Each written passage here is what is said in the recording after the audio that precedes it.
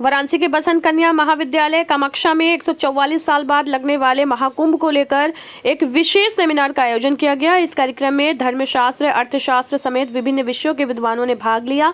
Seminar के दौरान महाकुंभ से जुड़े विभिन्न पहलुओं पर गहन चर्चा हुई, जिसमें इसके आध्यात्मिक, सामाजिक और आर्थिक प्रभाव को विस्तार से समझाया गया।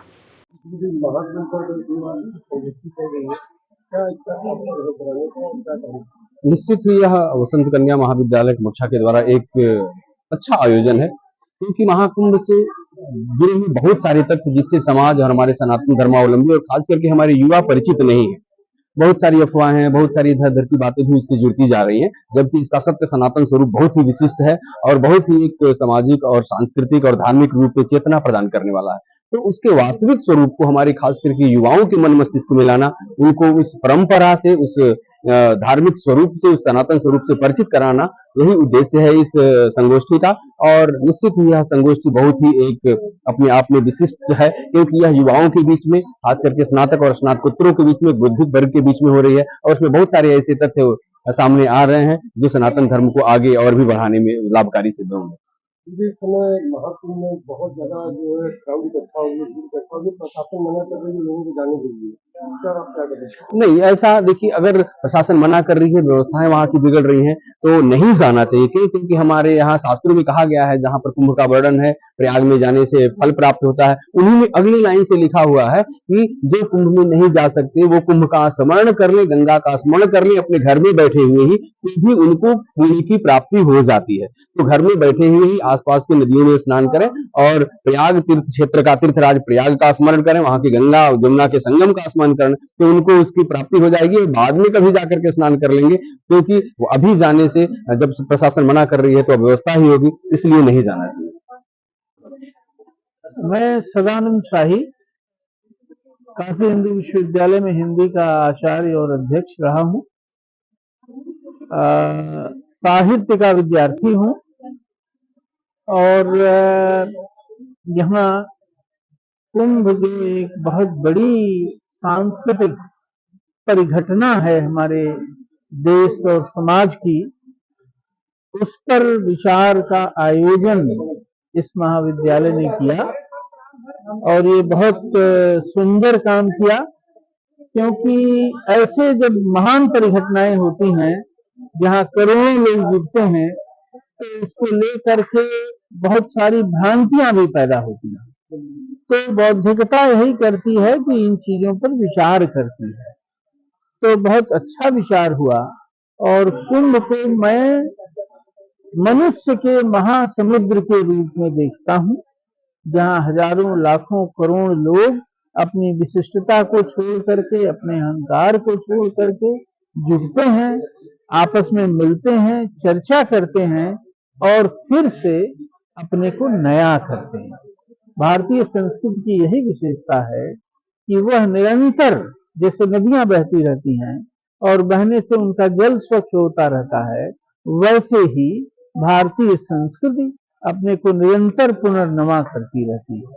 तो कुंभ में जो आयोजन होता है, जो चर्चा पर चर्चा होती है, जो मिलना होता है, उस मिलने से एक नवीनता पैदा होती है और भारतीय संस्कृति में एक नई ऊर्जा पैदा होती है।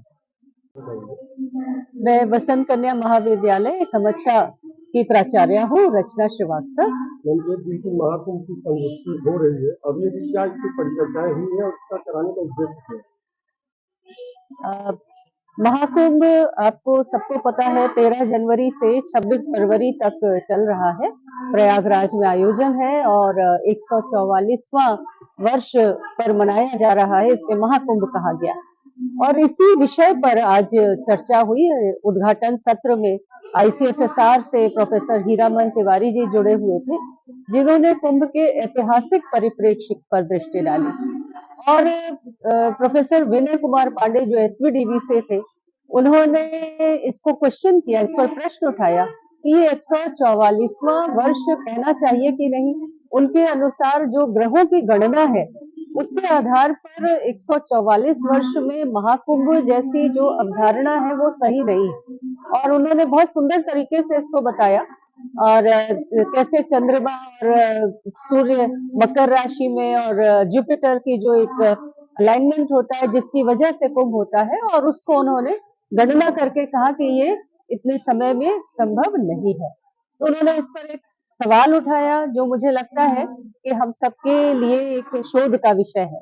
दूसरी तरफ प्रोफेसर सदानंद शाही जी जो काशी हिंदू विश्वविद्यालय से हिंदी विभाग से रिटायर्ड है और भोजपुरी अध्ययन केंद्र के एक समन्वयक रहे हैं, उन्होंने अपने चिर परिचित अंदाज में बहुत चुटीले तरीके से कई सारी बातें कह दी। और उन्होंने जो एक बहुत महत्वपूर्ण बात कही वो ये कि ये वो समय है जब हम विशेष से सामान्य बनने की ओर जाते हैं, यानी हम अपने अहम का परित्याग करते हैं, सभी एक लाइन में एक भीड़ में शामिल हो जाते हैं, तो हमारा मैं खत्म हो जाता है, अहम खत्म हो जाता है। तो शायद यही अहम का खत्म होना और सामान्य में शामिल हो जाना, यही अमृतत्व की प्राप्ति है। मुझे ये बात उनकी बड़ी अच्छी लगी क्योंकि कुंभ का वास्तविक अर्थ शायद यही है कि हम अपने जो अहम में डूबे रहते हैं उसका हम परित्याग करें। दूसरा उन्होंने बताया कि कैसे भारतीय संस्कृति के दो गुण हैं, एक ओर हमारे यहाँ हिमालय पर्वत है जो स्थिरता अडिगता का प्रतीक है, तो दूसरी ओर हमारी नदियां हैं जो निरंतर बहती रहती हैं, जिनमें लगातार प्रवाह होता रहता है। तो ये जो फ्लेक्सिबिलिटी और दूसरी ओर जो निश्चितता दृढ़ता का एक उदाहरण हमारे देश में प्रस्तुत होता है, ये भी महाकुंभ के माध्यम से प्रदर्शित होता है। तो ये दोनों वक्ताओं ने अभी सत्र समाप्त किया और उसके पश्चात अभी 3 बजे हमारा जो वैलेडिक्टरी सेशन होगा उसमें हमारे कैंट क्षेत्र के विधायक श्री सौरभ श्रीवास्तव जी और मेयर काशी के बनारस के श्री अशोक कुमार तिवारी और उनके साथ पाणिनि कन्या महाविद्यालय की प्राचार्य डॉक्टर नंदिता शास्त्री उपस्थित होंगी। इसके अलावा अभी 2 बजे के सेशन में प्रोफेसर एन.के. मिश्रा जो कंट्रोलर ऑफ एग्जामिनेशन बीएचयू रहे हैं और इकोनॉमिक्स डिपार्टमेंट के प्रोफेसर हैं, वो आएंगे। क्यों? क्योंकि कुंभ का एक आर्थिक पक्ष भी है। हम बात कर रहे हैं कि कुंभ से हमें लगभग 2 से 4 लाख करोड़ की प्राप्ति होगी और ये भारत के 1% जीडीपी को कंट्रीब्यूट करेगा।